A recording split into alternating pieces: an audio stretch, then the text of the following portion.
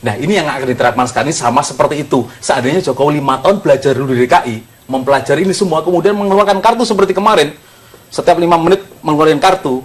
Ini hebat sekali, saya percaya. Kita nggak usah dengerin karena dia 5 tahun mempelajari JKS di Jakarta atau kartu Jakarta Sehat di Jakarta ataupun KJP di Jakarta. Kita sudah yakin. Tapi karena baru 1,5 tahun di DKI dan belum berhasil, kemudian dia pamer kartu, pasti tertawakan orang. Ini logika saja. Tapi nggak ada hubungan. Yo ada. Justru tadi Indonesia itu tertawa yang disampaikan tadi. Justru ketika BPJS ini sedang di dalam proses masih pembahasan di DPR waktu itu, undang-undang kesejahteraan sosial tersebut, jaminan kesejahteraan sosial, Pak Jokowi justru kemudian melakukan terobosan dengan terjatuh dengan Jokowi Ahok, melakukan terobosan di situ. Nah, justru dengan melakukan terobosan ini kemudian termotivasi. Itu program itu. Termotivasi untuk melakukan adanya BPJS. Nah, di dalam BPJS ini sekarang, ya ini karena bapak-bapak kawan-kawan luar ini orientasinya melihat persoalan ada di Jakarta gitu. Saya ini keliling di beberapa tempat di luar Jawa, di luar Jakarta, dan saya di dalam perjalanan menemukan banyak sekali keluhan masyarakat tentang kebingungan mereka terhadap BPJS ini sekarang ini. Nah, sehingga keberanian Pak Jokowi dengan mulai untuk melonsing kartu Jakarta, kartu Indonesia Sehat ini adalah bagian terobosan baru dari Jakarta menuju Indonesia. Nah, ini yang menjadi fokus penekanan. Kita bicara soal bagaimana pembangunan manusia. Pembangunan manusia itu pembangunan ekonomi itu dimulai dari bagaimana membangun manusia, dan membangun manusia itu mulai dari manusia yang sehat. Dan kita tidak hanya bicara soal manusia itu sehat, tetapi kita juga menyiapkan bagaimana cara membuat manusia itu sehat. Dan di sini adalah bicara masalah kesehatan, sebenarnya konsep di sana seperti apa sih? Kan konsepnya hanya istilahnya bicara masalah kebocoran yang akan dialokasikan untuk kesejahteraan masyarakat. Tapi secara real tidak ada mekanisme atau sistem untuk sampai ke masyarakat itu. Bentuknya juga nggak ada, sudah disampaikan. Tidak ada, tidak terbaca. Ada program kawasan. Ya, banyak pengamat ekonomi yang menyampaikan seperti bukan saya gitu. Kalau betul, tetapi bukan program tidak kesehatannya. Kita bicara debat kemarin. Kita bicara debat kemarin. Oh iya, tidak tersampaikan. Pembangunan perumahan misalnya 50.000 perumahan, di situ diimbangi dengan 6.000 puskesmas dan sebagainya. Di situ kesehatan kawasan. Bukan sekedar kartu-kartu seperti itu, tapi sudah menyentuh kawasan lebih luas dari pemikiran seperti itu. Tapi yang saya ingin komentari tadi, apa kaitannya antara pembangunan pertanian dengan bagi-bagi susu tadi? Oke, itu menarik. Saudara, itu menarik. Apa kaitan perekonomian dan bagi-bagi susu tadi? Nah, kita akan kita beri kesempatan pada saat break ini, dan setelah break kita akan berikan kesempatan ke Bang Sanusi untuk menjawab program susu tadi. Oke, kami akan kembali setelah yang satu ini.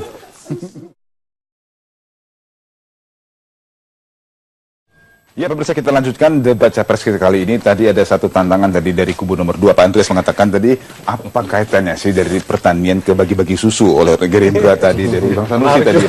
Ya. Silakan dijawab, Bang Sanusi. Jadi saya mau jelaskan gini.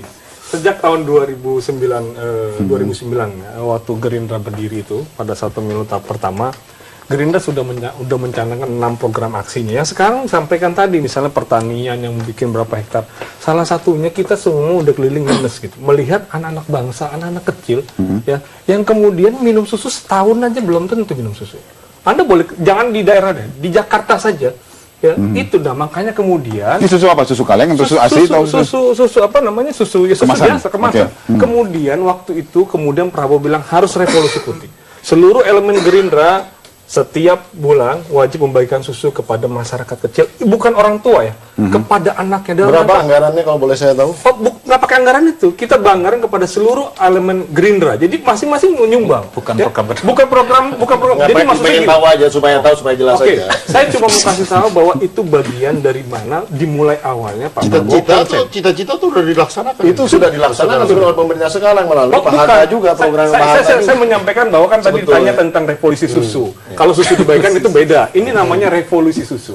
Kita membangkitkan seluruh masyarakat untuk ingat sama orang tidak mampu. Bukan kepada orang tuanya, tapi kepada anaknya, anak-anak bangsa yang akan cerdas.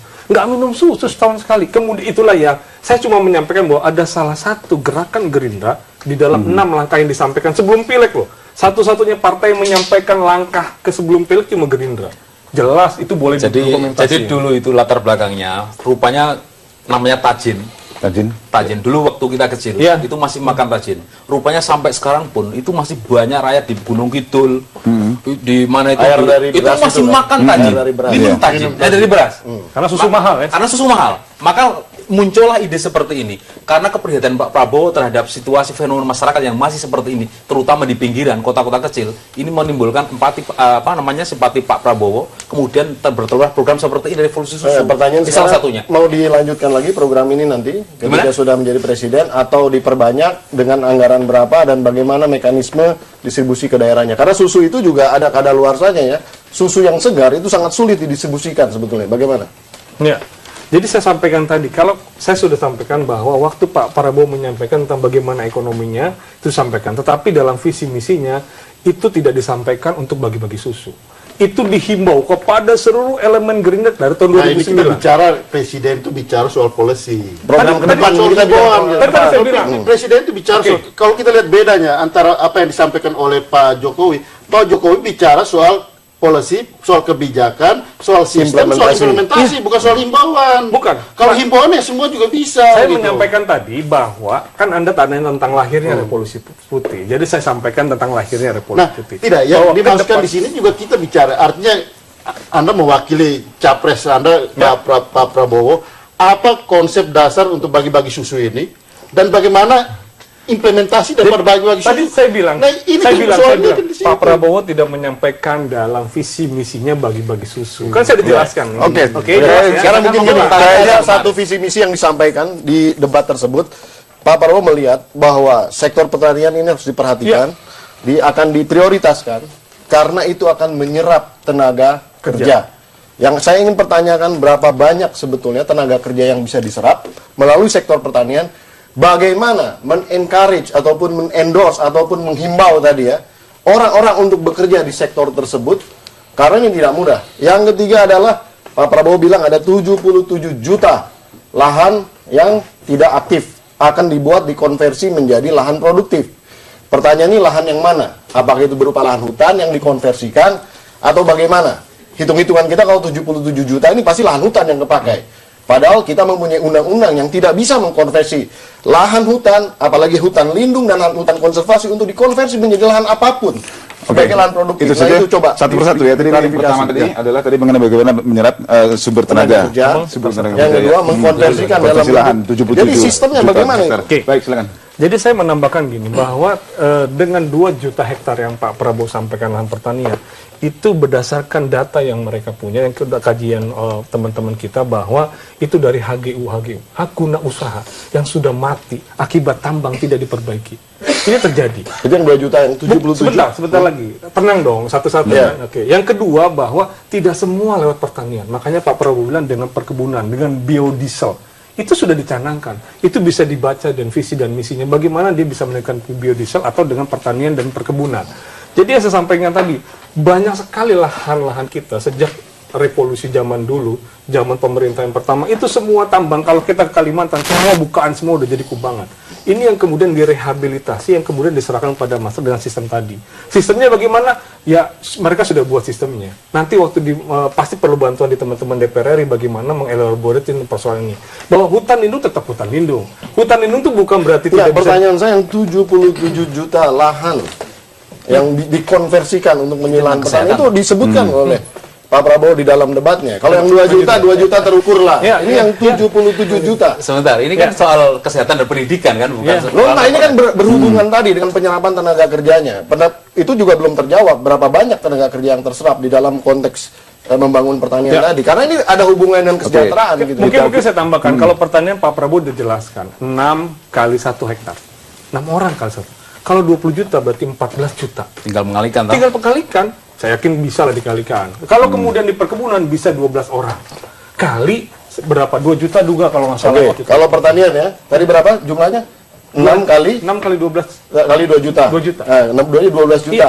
Pertanyaannya sekarang, siapa yang membiayai dari hari ke harinya? Karena pertanian itu menunggu waktu tanam itu cukup lama. Tadi Pak Prabowo bilang sebelum setahun. Apakah mereka harus kelaparan dulu sampai setahun itu kemudian panen dan lain-lain? Ini kan harus difikirkan gitu. Ini kita bicara tenaga kerja ya, bukan di dalam konteks membangun pertanian. Karena jelas itu tadi. iya. Pak Prabowo itu udah pengalaman di HKTI. Ini kalau kemudian kita bongkar, ini ditiru Jokowi nanti. Ini kan karena program Jokowi nggak ada Untuk demi bangsa dan negara, sesuatu yang baik tidak masalah. Kita tampilkan makanya Pak Prabowo itu nggak pernah sampai Indonesia pintar. Saya tahu arahnya. Nggak ada masalah. Rahasia, karena apa? Kalau kita ungkapkan semua nanti ditiru diklaim di tempat lain. Ini loh Pak Jokowi. Karena nggak ada program beliau yang original, semua meniru sebelumnya, meniru orang lain. Nggak ada yang original. Maka kalau sudah beliau mengatakan kartu ini bagus, kartu ini bagus, menurut persepsi beliau, orang lain yang sudah pengalaman seperti itu akan tertawa. Apa audisi kita ini gagal kok diperkenalkan terus menerus gitu loh. Melempar ke pertanyaan segala jauh banget gitu. Konsep di dalam kesuksesan di dalam konsep sistem itu tidak serta-merta di dalam konteks gagasannya, tapi di dalam konteks implementasinya. Orang-orang yang tidak biasa bekerja mengerti masalah-masalah detail. Ada pepatah mengatakan the devil is always in the detail. Orang-orang yang bicara teori dan lain-lain, ketika bicara detail dan praktekkan, itu semuanya biasanya jadi berantakan gitu. Nah, sekarang kalau misalnya real ada konsep, just kasihlah indikasi kira-kira berapa banyak tenaga kerja yang terserap, dan kemudian bagaimana sih sebenarnya mengkonversi yang 77 lahan tadi untuk bisa kita masuk ke suatu lahan produktif. Itu aja sebenarnya simple kalau saya. Kalau saya menambahkan anggap keberhasilan di Jakarta, saya mau menjelaskan tentang keberhasilan Pak Jokowi di Jakarta. Ya, kartu Jakarta Sehat hampir gagal. Sekarang tidak bisa dicairkan karena KPK bilang tidak boleh dana hibah disalurkan. Mati. Kartu Jakarta Pintar BOP dihapuskan. Saya mau kasih tahu nih. Kalau lebih panjang lagi, Adipura nggak dapat. Besok BPK bilang dari WTP jadi disclaimer. Revolusi apa? Terus birokrasi apa yang dilakukan? Sekda 2 tahun tidak dijabat sehingga dia pilih orang semaunya. Teman-teman saya semua di BUMD yang dulu tim. Maaf, dari tempat abang yang warna merah, semua di BUMD. Terus mau dipikir apa? MRT berantakan, monorail kencang berhenti. Saya mau kasih tahu. Kemarin IRP PT-nya Pak Luhut bersama anak ketua. Kemarin kan sudah misalnya soal MRT. Beberapa waktu yang lalu kan sudah dievaluasi dan kemudian dipaparkan secara gamblang di beberapa media termasuk di Kompas Media. Bahwa ada kendala-kendala implementasi dari persoalan MRT. Kalau MRT saya setuju. Yang menyangkut polisi antara pusat dan daerah. Saya mau sampaikan. Maksud saya sampaikan dari contoh yang Anda sampaikan gitu. Saya sampaikan tadi. Dan di situ secara detail dianalisa di mana titik lemahnya, dan titik lemah dan titik di mana ketidakberhasilan itu justru terjadi di level tingkat pusat, misalnya kasus stadion Lebak Bulus kan, di situ akhirnya terjadi lempar bola. Masyarakat itu sudah hafal sekali. Pak Jokowi itu selalu menyalahkan pusat. Itu sudah menjadi tipikal Pak Jokowi. Bukan Pak Jokowi yang menyalahkan. Ada wali kota. Bukan Pak Jokowi yang menyalahkan, tapi ini analisa yang kemudian disampaikan di media. Misalnya monorail ya. Monorail groundbreaking. Sekarang berhenti, dia bilang SPK-nya belum. Kenapa groundbreaking? Di hadapan publik sama MRT juga sekarang ketua dewan diundang so menyaksikan ternyata belum ada SPK-nya di groundbreaking. Sekarang berhenti karena saya bilang saya nggak bisa kerja, orang udah pandang SPK. Itu kan beberapa kasus-kasus. Saya cuma kasih tahu itulah keberhasilan Pak Jokowi di Jakarta. Ada beberapa. Sekarang kita balik, tadi kan dia tanya ke kita. Iya. Sekarang saya tanya ke Anda juga sekarang. Yang kemudian dianalisa, dievaluasi bahwa persoalan letak permasalahan itu justru ada di dalam tumpang tindih antar implementasi antar kebijakan dari pusat bagaimana dan kebijakan laporan dari BPK kita tidak pernah disclaimer. Kali ini disclaimer, coba saya mau tanya. Disclaimer Pak, BPK bilang. Ini kita selesaikan dulu yang tadi. Itulah yang saya bilang tadi, pengawasannya tidak ada Pak. Sudah terjawab. Ini saya bilang pengawasannya Pak Jokowi tidak ada. Karena Pak Sekda orang PNS nomor 1 di Jakarta 2 tahun tidak diangkat. Semua diangkat semuanya. Ada yang dipensiun diperpanjang terus, ada yang baru diangkat kepala biro 3 bulan diangkat kepala dinas. Udah nggak karuan. Bapak boleh tanya, sekarang penyerapan DKI paling jelek. 5% baru, udah Juni. Dari 7.000 kegiatan baru dilelang 100. Bayangin aja tuh Pak Jokowi kemana larinya. Saya cuma mau kasih tahu, inilah kritisnya Jakarta yang dibanggakan oleh semua orang bahwa Jakarta berhasil. Anda boleh tanya teman-teman Anda yang ada di pegawai Pemda DKI bagaimana kritisnya kita. Ini persoalan banyak sekali pandangan-pandangan positif yang disampaikan selama kepemimpinan Pak Jokowi, di mana ada terobosan-terobosan persoalan yang selama sekian lama. Itu terobosan itu yang terjadi. Yang mempersoalkan kayak kawan-kawan DPR yang selama ini ada satu terobosan. Ada bagian-bagian yang tidak kembali. Ada satu terobosan. DPR DKI ini kan ya saya tambahkan. bergembira dengan segala macam persoalan yang mereka Saya tambahkan. Kita kembali ke poin kesehatan. Saya sekarang ini sekali. Saya satu yang DPR tambahkan. menjadi Ada satu ada aja. ruang Apa tuh yang untuk- satu? Ada satu yang bahwa tidak bisa dijalankan karena sudah janji. Kita suruh beli busway, 1000 busway. Kita anggaran sampai perang sama seluruh fraksi. Ternyata sekarang dikorupsi. Berhenti. Terus Jakarta mau apa? Oke, Sumpah-sumpah. itu tadi keberhasilan Itulah keberhasilan dari Pak Jokowi Bang di Sanusi. Jakarta. Kita akan tanyakan nanti ke Bang Andreas, ini kira-kira apa keberhasilan versi dari Bang Andreas, keberhasilan dari seorang gubernur DKI saat itu Jokowi pada saat masih menjabat menjadi gubernur. Kami akan kembali di segmen berikutnya sesaat lagi, jangan kemana-mana. Pemirsa, masih dalam debat capres dengan visi misi pendidikan dan kesehatan. Kalau kita tadi sedikit melencet dari tema kali ini, karena tadi Pak Sanusi membahas mengenai keberhasilan Jokowi pada saat menjadi gubernur, saya akan memberikan kesempatan yang sama juga kepada kubu nomor 2, Bang Andreas ya, untuk menyampaikan mungkin versi Bang Andreas mengenai keberhasilan Jokowi menjadi gubernur. Dan setelah itu saya akan kasih waktu untuk Bang Pumbida untuk mengkritisi apa yang disampaikan oleh tim kubu nomor 1 tadi. Silakan. Oke, yang pertama kalau kita lihat bagaimana mulai dari hari-hari pertama Pak Jokowi masuk dan di DKI, apa yang dilakukan pertama adalah pembenahan birokrasi dan kemudian pemerintahan, struktur pemerintahan dan pembenahan birokrasi, dan itu dia lakukan secara konsisten dengan berbagai macam ya situasi yang tentu tidak menyenangkan semua orang gitu. Ya. Tetapi itu kemudian ya paling tidak masyarakat mulai merasakan itu gitu. Termasuk soal rekrutmen.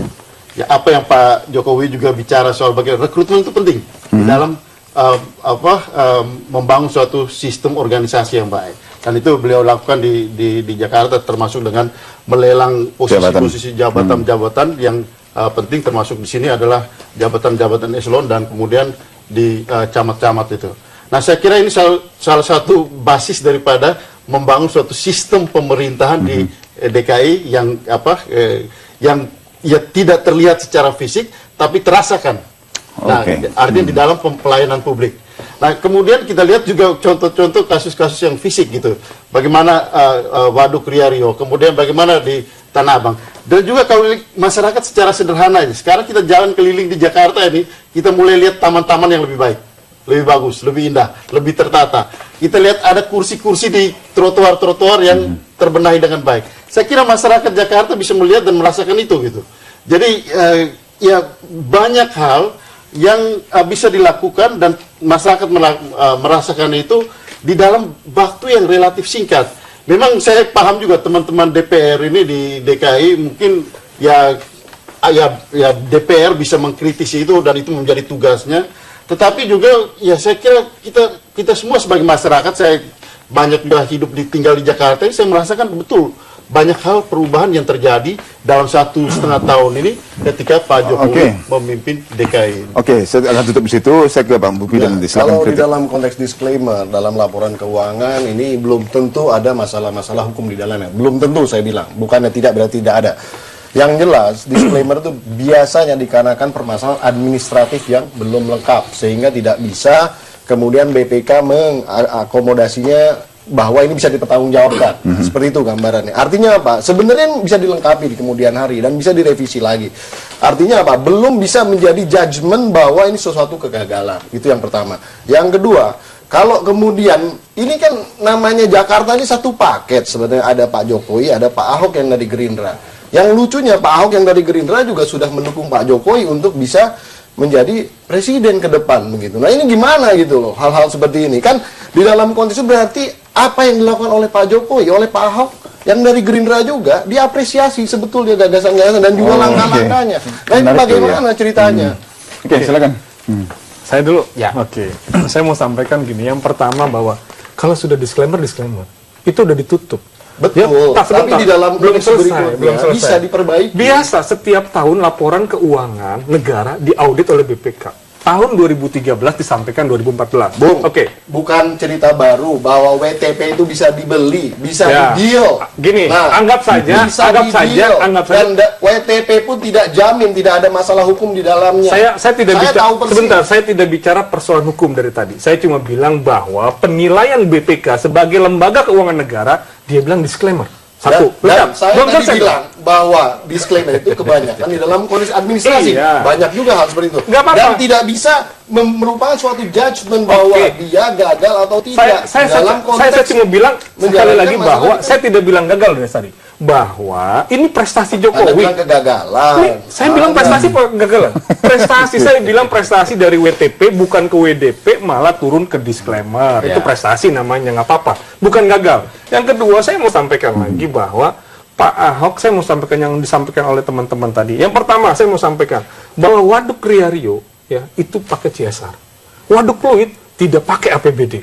Teman-teman di Dewan tidak ada yang nakal, malah membantu Jokowi. Saya cuma dua loh, Gerindra sama PDP cuma 17 orang meyakini 94 orang nggak main-main. Mendukung seluruh program kegiatannya dia. Habis 100%. Disetujuin, tidak ada yang ditolak. Clear. Kenyataannya berantakan jalannya. Yang nilai bukan Dewan.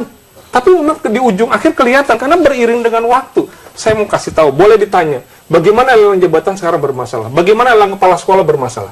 Bagaimana kampung deret dikasih, ternyata tidak ada IMB, itu yang kemudian jadi temuan. Ini menjadi persoalan. Terus bagaimana dengan Pak Ahok ngomong sama saya? Kalau dia bareng sama saya, kita bisa selesaikan Jakarta. Saya lebih dekat dengan Pak Ahok daripada Pak Abang ya. Saya mau sampaikan, dia bilang gue tidak pernah bilang dukung Jokowi. Disampaikan, orang saya tenteng, orang hari-hari Moses, dia manggil saya bro. Ya, biasanya sama saya juga bro, artinya sama apa? saya juga dekat sama dia. Saya cuma mau kasih tahu bahwa dia jelas-jelas Gerindra, tidak ada urusan, cuma karena teman satu arah, cuma dia menyayangkan juga kenapa kemudian harus tergesa-gesa. Tapi tidak apa-apa lah, itu punyanya masing-masing. Saya cuma menyampaikan bahwa sedih sekali Jakarta, 5%. Dan rapat anggaran kemarin saya perlu sampaikan sama teman-teman, dari APBD 72 triliun, kita defisit 6 triliun.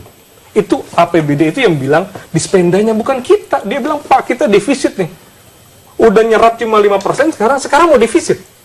Ini kan menjadi persoalan. Udah, kembali ke tema. Oke, kembali ke tema. Baik, Oke, Aneh sekali Jadi kalau begini, misalnya penyerapan kemudian defisit itu gimana? Gini, ceritanya? anggarannya kan 72 triliun APBD. Ya. Terus. Saat ini bulan Juni kita baru 5% nyerap. Betul. Tapi waktu kita mau bahas APBD perubahan, kita tanya, sampai nggak kamu 72 triliun? PAD-nya dapat nggak? Dia bilang, Pak, kita defisit bisa 6 triliun nih.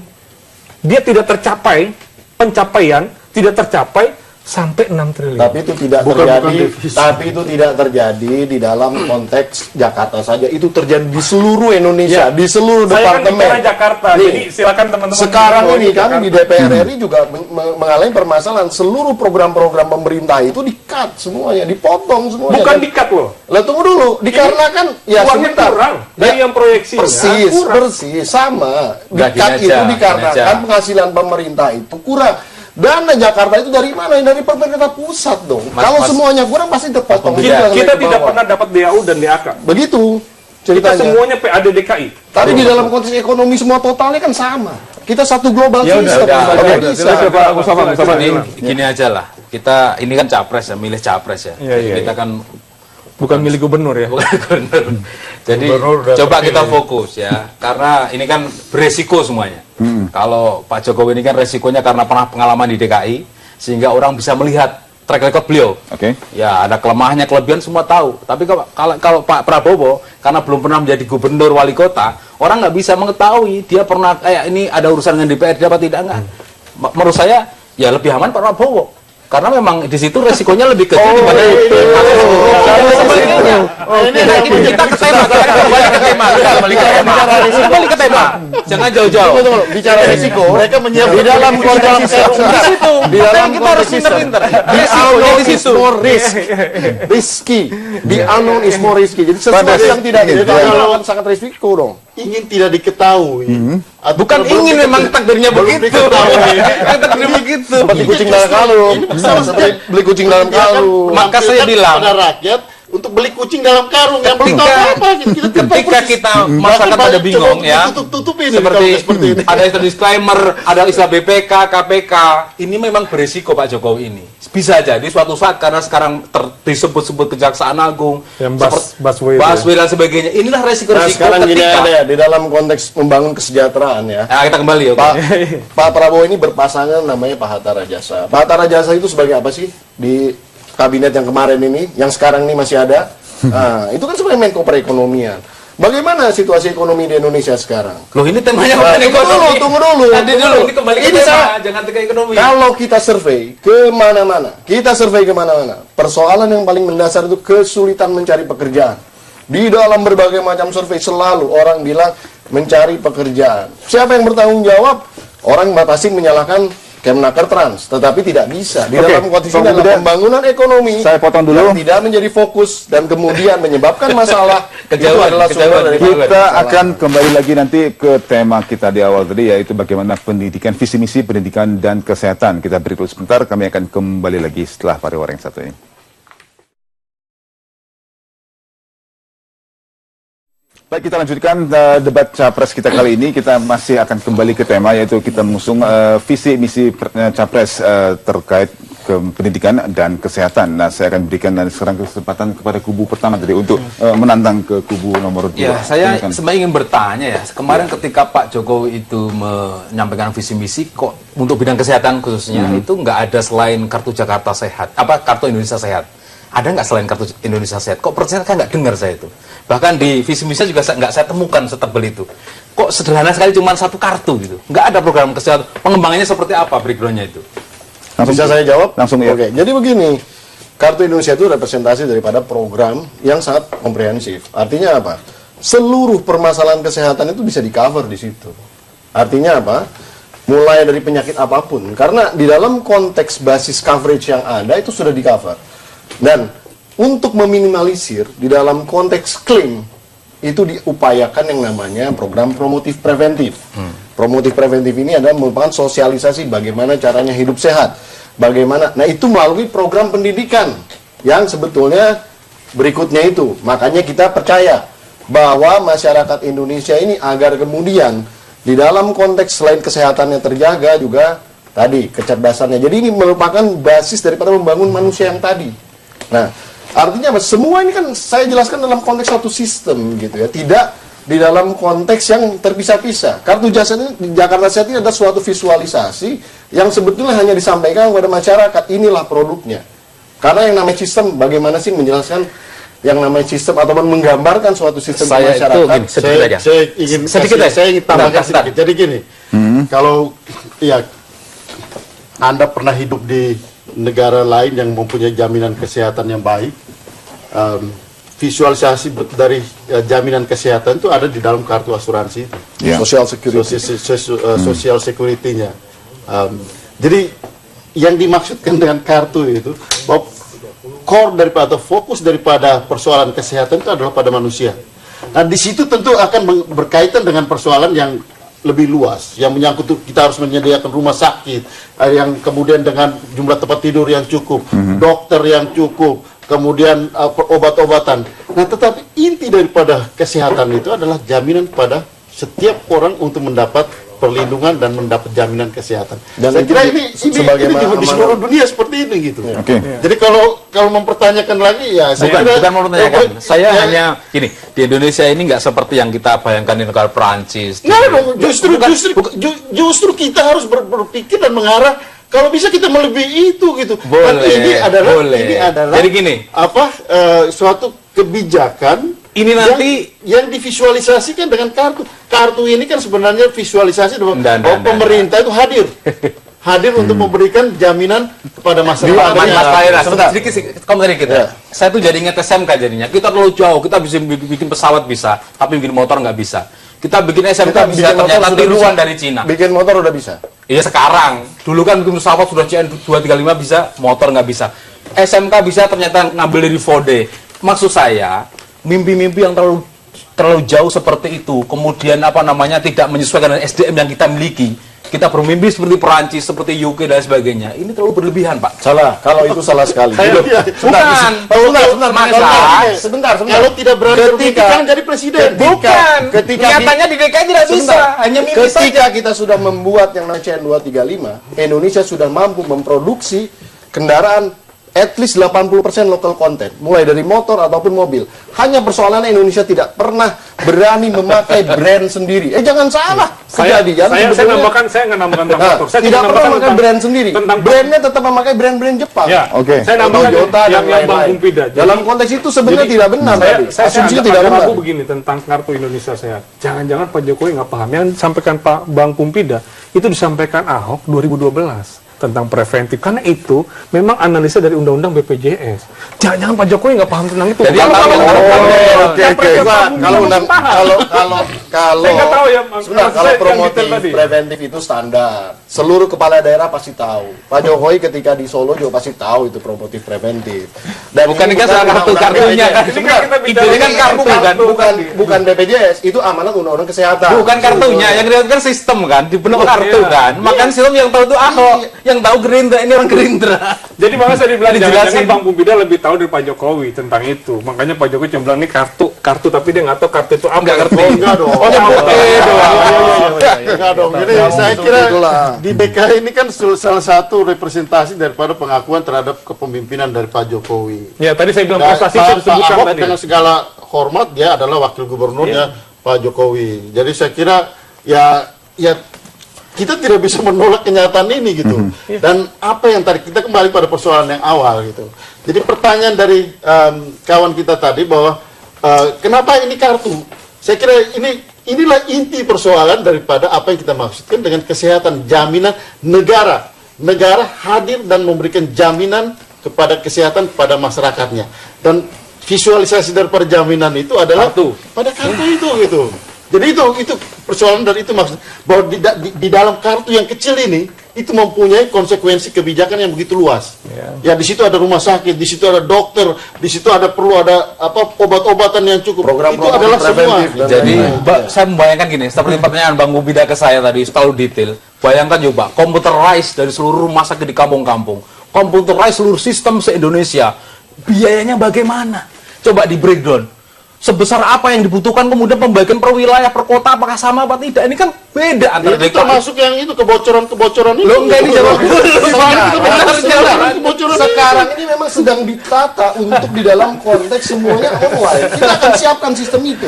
Dan itu tidak sulit. Bikin EKTP yang sudah jadi kok. Nah, itu kalau EKTP cerita lain nih. Ini kan Indonesia, ini kan Indonesia ini. EKTP cerita lain. Kalau Kita kajian dalam- cuma Jakarta doang, KTP seluruh Indonesia.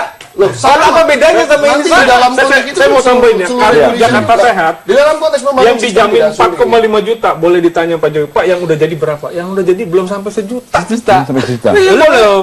Belum ada jadi. Mau se Indonesia? Yang dari 2013, nanti takut saya salah, boleh tanya Pak Jokowi, beneran nggak belum sampai sejuta? Yang penting Belum sampai bagaimana sejuta.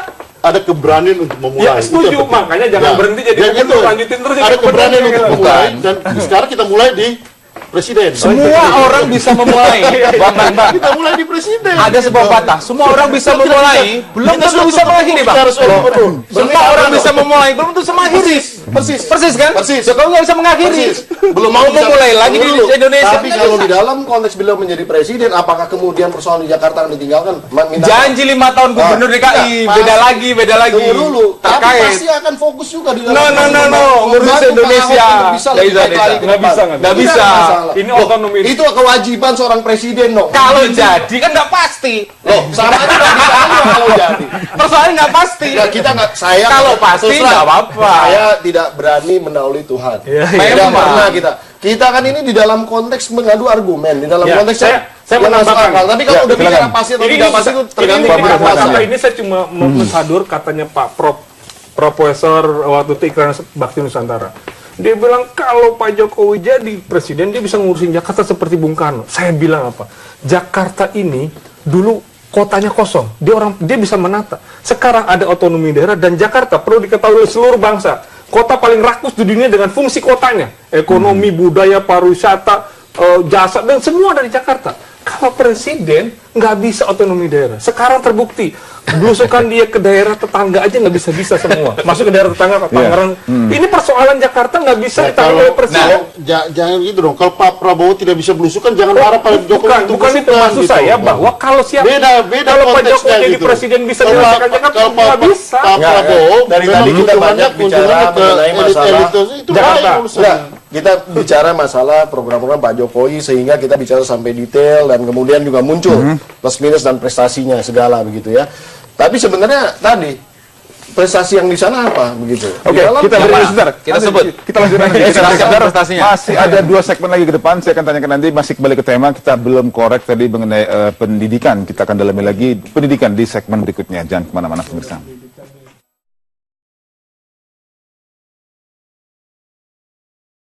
Ya pemirsa, kita lanjutkan debat kita, dan kayaknya kalau kita lanjutkan sampai subuh nanti juga akan selesai namanya debat. Oke. Dan satu hal yang unik akan kita lakukan di sini yaitu kalau kita tadi sudah berdebat adu argumen siapa yang lebih kuat, siapa yang lebih handal. Sekarang di 2 segmen terakhir saya akan berikan kesempatan untuk masing-masing kubu untuk memberikan pernyataan apa yang mereka ungguli dari lawan. Jadi bukan mengkritisi, tapi bagaimana tim urut nomor 1 mengungguli program dari tim nomor 2 dan sebaliknya juga. Oke, jadi mengungguli bukan mengkritisi. Saya beri kesempatan untuk tim pasangan nomor 1, silakan. Satu-satu kan? Ya.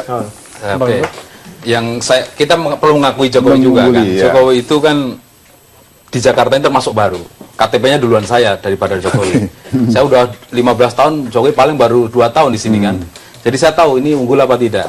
Nah, Jokowi di DKI ini berhasil membuat suasana baru ketika orang DKI sedang bosan dengan misalkan dengan pemimpin yang elit, yang pakai dasi. Jokowi datang melalui kesederhanaan. Itu yang unggul pada Jokowi. Kesederhanaan. Tetapi kelemahannya, karena terlalu lama dimainkan sebagai orang sederhana, akhirnya Jokowi bosan juga. Akhirnya orang berpikir ini udah orang lama juga. Orang baru itu ya Prabowo akhirnya. Karena bosan dengan kesederhanaan gitu loh. Nah, ini keunggulannya di situ. Berhasil membuat image bahwa Pak Jokowi itu orang yang sosok baru di DKI. Yang orang DKI itu dia harus elitis. Tapi sederhana, wajah desa ini diakui kan. Wajah desa ngomongnya ceplas-ceplos, orangnya upras, orangnya pres, seperti itu kan baru di DKI ini. Yang biasanya kan orang mudah berjanji. Kalau Jokowi tepat menepati janjinya itu. Kalau ingin jadi gubernur yang baik, ngurusi menjadi presiden, ngurusi DKI juga. Ini kan menarik tuh. Saya ke Bang Sanusi, pasti banyak tuh yang bisa di. Ya, sebetulnya saya tim sukses, sekretaris pemenangan. Saya hadir bersama dia terus. Saya akui dia baik. Waktu salaman saya pegang salam. Pertama kali saya kenal Jokowi pada saat saya salaman waktu saya diangkat menjadi sekretaris pemenang. Humble, baik. Terus jujur saja dia manajer yang baik lah. Seorang manajer yang baik. Ya, manajer yang baik. Cuma menjadi persoalan sekarang adalah ruhnya sudah baik, tapi kemudian sejak dia nyapres, dia banyak sekali tinggalin persoalan Jakarta. Harusnya ruhnya tetap ada. Makanya hari ini di mana-mana tuh ada tulisan, saya nggak tahu, Jakarta Bangkit, dia bilang Jokowi tetap gubernur. Mereka itu ini memuji Bang, bukan? Iya, tadi memuji. Saya memuji bahwa ruhnya sudah baik sekarang. Masyarakat Jakarta tinggal tunggu bahwa ini yang sudah pernah disampaikan bisa selesai. Saya sendiri, saya dari Gerindra dan PDP sangat berjuang keras bagaimana menggolkan seluruh program Jokowi yang kita anggap fine. Dan seluruh fraksi menyatakan oke. Cuma waktu di ujung akhir tahun 2013 ke belakang, kemudian dia mulai konsen dengan capres dan segala macam. Nggak fokus. Cuma saya fokus aja 5 tahun. Oh, berhasil Jakarta. Menarik. Oke, silakan. Tim urut nomor 2 mengungguli Capres Prabowo dan Hatta. Ya, Pak Prabowo adalah seorang yang sangat humanis. Saya kenal baik beliau. Saya 4 tahun bersama beliau dulu. Dan saya melihat beliau ini sosok pemimpin yang baik sekali. Perhatian terhadap anak buahnya dan lain-lain. Namun, ini persoalan hati dan persoalan melihat siapa yang kira-kira bisa memimpin bangsa ini ke depan. Saya dengan Pak Prabowo banyak kesamaan. Saya juga pendidikan di luar negeri sama seperti Pak Prabowo. Kemudian juga saya berbahasa Inggris fasih. Saya banyak berbahasa Inggris dengan Pak Prabowo. IQ saya juga nggak beda-beda jauh kalau misalnya mau disamakan juga. Tapi hati saya ke Pak Jokowi karena berbagai macam alasan. Di dalam konteks membangun kesederhanaan ini menjadi sangat penting buat saya. Indonesia perlu memancarkan kekuatan di dalam basis nasionalisme yang secara real muncul daripada pemimpinnya. Kita harus ingat bahwa Gandhi mulai perjuangan itu di dalam konteks kesederhanaan. Dan itu terpancar perjuangan sampai ke seluruh dunia. Indonesia bisa memunculkan kembali suatu nasionalisme yang sekarang sudah hampir rapuh. Dikarenakan terlalu banyak hedonisme, terlalu banyak orang bergaya hidup mewah yang tidak sesuai dengan amanat Pancasila, sila kelima, keadilan sosial bagi seluruh rakyat Indonesia. Saya yakin Jokowi di dalam konsep dan kesederhanaan ini yang akan bisa kemudian memunculkan itu semua kembali. Oke, Pak Andres. Ya, ya saya dari tadi berpikir cukup keras untuk melihat apa yang dimaksudkan dengan ya apakah seorang presiden ini hanya perlu soal baiknya gitu. Banyak hal yang lebih penting daripada sekedar baik gitu. Nah, tapi ya kalau saya perhatikan dari Pak Prabowo, ya ada sisi-sisi di mana ya sebagai seorang mantan komandan, ya konon dia memperhatikan sebagian dari para perwira yang berada atau para anak buah yang berada di bawah. Tetapi juga tentu di dalam organisasi seperti tentara ini kan berbeda dengan organisasi di masyarakat atau berbeda dengan ketika kita di masyarakat. Nah, saya punya lihat bahwa komando itu penting ketika kita berada pada posisi di dalam militer. Nah, sesuatu yang tentu akan berbeda ketika kita di masyarakat itu. Nah, kemudian ya pesannya jangan sampai karakter ini dibawa ketika kita di masyarakat.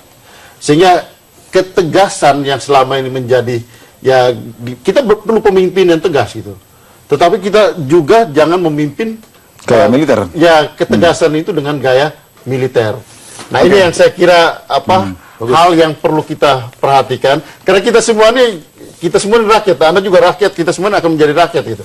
Jangan sampai kemudian rakyat Indonesia ini dianggap sebagai prajurit-prajurit gitu oleh seorang presiden yang komandan gitu. Nah, ini yang harus kita pesan untuk Pak Prabowo yang tadi sangat menarik yang sudah disampaikan oleh masing-masing kubu, apa yang mereka ungguli dari capres dari lawan kubu mereka. Dan kita masih ada satu segmen, saya akan minta masing-masing tadi untuk menyatakan closing statement di segmen terakhir, segmen berikutnya. Jangan kemana-mana pemirsa.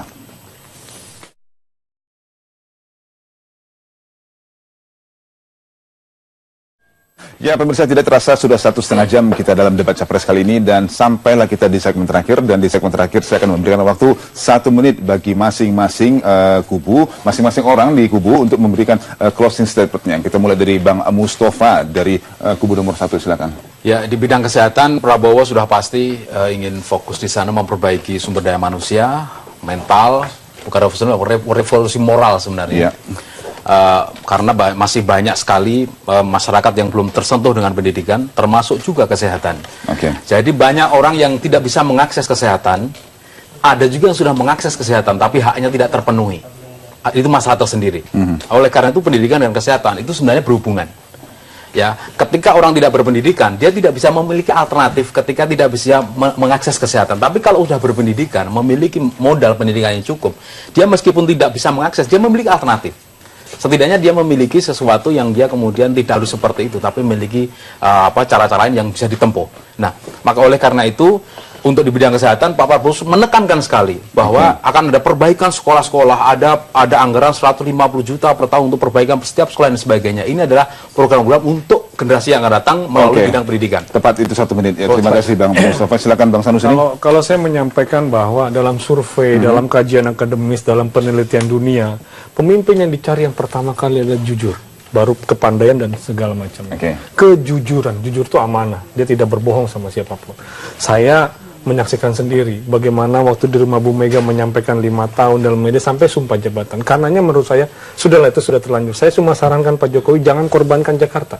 Silakan Anda nyapres, taruh jabatannya. Itulah revolusi mental dimulai dari dirinya dia seperti yang disampaikan. Taruh jabatannya gubernur, jangan ikut hukum positif. Atau terdakwa belum jadi terdakwa masih ikut hukum positif, dia belum mengundurkan diri. Jangan ikutin gaya-gaya seperti itu. Belilah revolusi mental dari dirinya dia untuk menyampaikan saya nyapres karena saya amanah, karena itu saya mundur dari jabatannya. Itu baru saya acungi jempol. Oke, masih ada 10 detik lagi sebenarnya. Lanjutkan 10 detik ya. Menurut saya, karena sudah nyapres, sudah tidak apa-apa. Tapi jangan korbankan rakyat Jakarta. Ketika sampaikan ke Dewan, kita setujuin dia mundur. Pas 1 menit sudah habis. Terima kasih. Oke, kita ke kubu nomor 2. Kita mulai dari Bang Andreas. Silakan Bang Andreas. Saya mau menyampaikan closing statement ini dengan menyampaikan apa yang direncanakan oleh Pak Jokowi dan Pak Yusuf Kala yang berkaitan dengan tema gitu. Tidak bermaksud untuk mengomentari Pak Prabowo di sini. Karena saya mohon maaf tadi apa yang disampaikan oleh kawan ini yang mengomentari tentang Pak sindiran tuh ya, bukan closing tidak tepat di dalam suatu closing statement. Silakan. Jadi apa yang disampaikan oleh Pak Jokowi dan Pak JK mengenai pembangunan ekonomi dan kesejahteraan itu masuk pada persoalan yang sangat mendasar, yaitu pembangunan berawal dari pembangunan manusia. Dan pembangunan manusia itu merupakan dasar daripada pembangunan ekonomi. Dan di dalam pembangunan manusia ini, kita mulai dari manusia yang sehat. Dan manusia yang sehat itu bukan hanya kita rencanakan, tetapi juga sampai pada detil. 10 detik ya. Nah, kemudian juga manusia yang terbangun dengan baik, pembangunan manusia tersebut juga menyangkut pada aspek pendidikan. Oke, ya itu closing statement dari Bang Andreas. Terakhir closing statement dari Pak Pumpida. Bang Pumpida, silakan. Ya, Jokowi JK adalah figur-figur yang dapat memimpin Indonesia dengan lebih baik di dalam konteks melakukan pimpinan by examples, dengan contoh. Dan mereka ini adalah pemimpin-pemimpin yang bisa memunculkan gaya pimpinan yang dialogis, tanpa ada kekerasan, tanpa ada represi. Itu bisa dilakukan semuanya dengan dialog. Dikarenakan di dalam rekam jejaknya mereka selalu mengutamakan dialog di dalam menyelesaikan berbagai macam masalah. Dan ini sudah kita rindukan. Figur-figur pemimpin seperti yang memberikan solusi yang bisa membawa Indonesia ke suatu masa di mana Indonesia akan bisa meraih kembali kejayaan, kewibawaan, dan juga kemandirian. Baik di dalam konteks ekonomi, di dalam konteks kesejahteraan, yang mengutamakan pembangunan manusia secara menyeluruh dalam konteks membangun Indonesia yang lebih kuat ke depan. Baik, terima kasih banyak Bang Buda, dan pemirsa, tidak terasa sudah 1,5 jam. Kita mulai tadi pada pukul 8.30 dan sekarang mendekati jam 10 malam. Dan akhirnya selesailah debat capres kita kali ini, dan besoknya tentu akan kita lanjutkan lagi hingga nanti debat capres yang berikutnya adalah di hari Minggu tanggal 22 bertemakan pertahanan dan juga apa temanya nanti minggu depan, saya lupa. Minggu depan tentang Hankam dan luar negeri ya masalahnya, dan politik luar negeri. Baik, kami akan terus hadirkan debat capres hingga yang terakhir nanti pada tanggal 5 Juli. Dan akhir kata, saya Abdul Rashid mengucapkan ribuan terima kasih atas perhatian Anda. Selamat malam dan sampai jumpa. Bang, terima kasih banyak.